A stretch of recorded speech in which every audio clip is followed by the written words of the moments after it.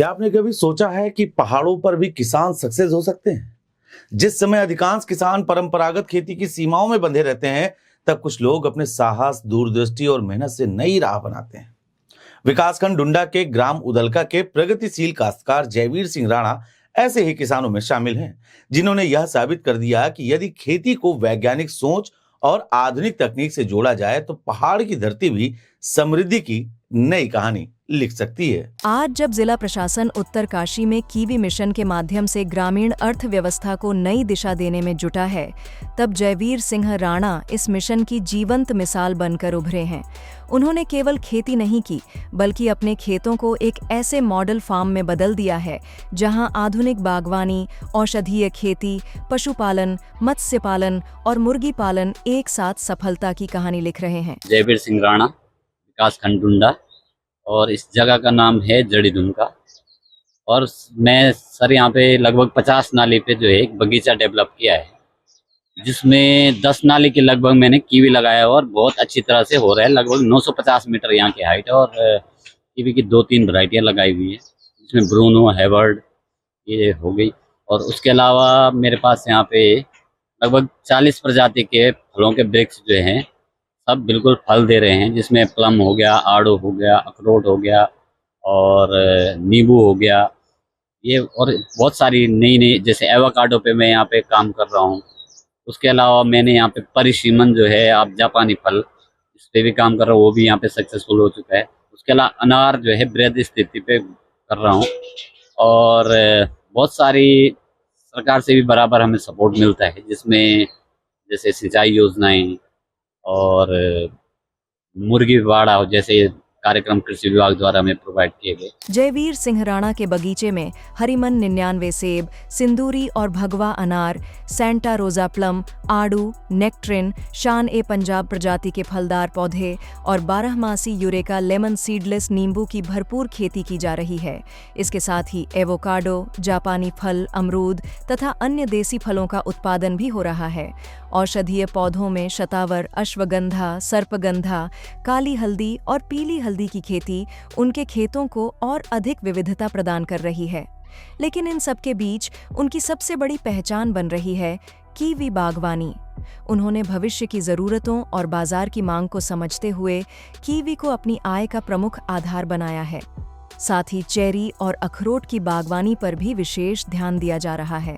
उनका मानना है कि उत्तरकाशी जैसे पर्वतीय क्षेत्रों की जलवायु कीवी उत्पादन के लिए बेहद उपयुक्त है और यह फसल किसानों की आय को कई गुना बढ़ाने की क्षमता रखती है। 2022-23 में यहाँ पे कीवी का रोपण किया है और 2024-25 में ही इसमें फलन शुरू हो गया था। इस बार अच्छी क्रॉप आई है और यहाँ पे 3 वैरायटियाँ, जैसे हैवर्ड हो गया, ब्रूनो हो गया, तुमड़ी हो गया, ये तीनों मैंने वैरायटियाँ लगाई हैं और बहुत अच्छी तरह से हो रही।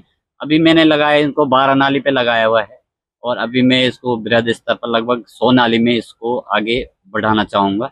और लोगों से भी यहाँ पे, मतलब सभी लोगों को जो देखने आते हैं, मैं उन्हें कहता हूँ कि ये फसल हमारी हो सकती है, अच्छी कॉमर्शियल फसल है अभी, तो हम इसे यहाँ पे बहुत ज़्यादा स्तर पर करने की सोच रहे हैं। और इसलिए हमने इस समय कीवी मिशन में भी अप्लाई किया है और ज़रूर करेंगे और आगे बढ़ाएंगे। जिलाधिकारी प्रशांत आर्य द्वारा भी कीवी मिशन को छोटे और सीमांत किसानों के लिए आर्थिक परिवर्तन का माध्यम बताया गया है। उनके निर्देश पर योजना का लाभ पारदर्शी तरीके से पात्र किसानों तक पहुंचाया जा रहा है, ताकि अधिक से अधिक किसान इस उच्च मूल्य वाली नकदी फसल से जुड़ सकें। राज्य सरकार की एक बहुत महत्वपूर्ण स्कीम रहेगी हमारे इस प्रदेश के लिए भी और इस जिले के लिए भी।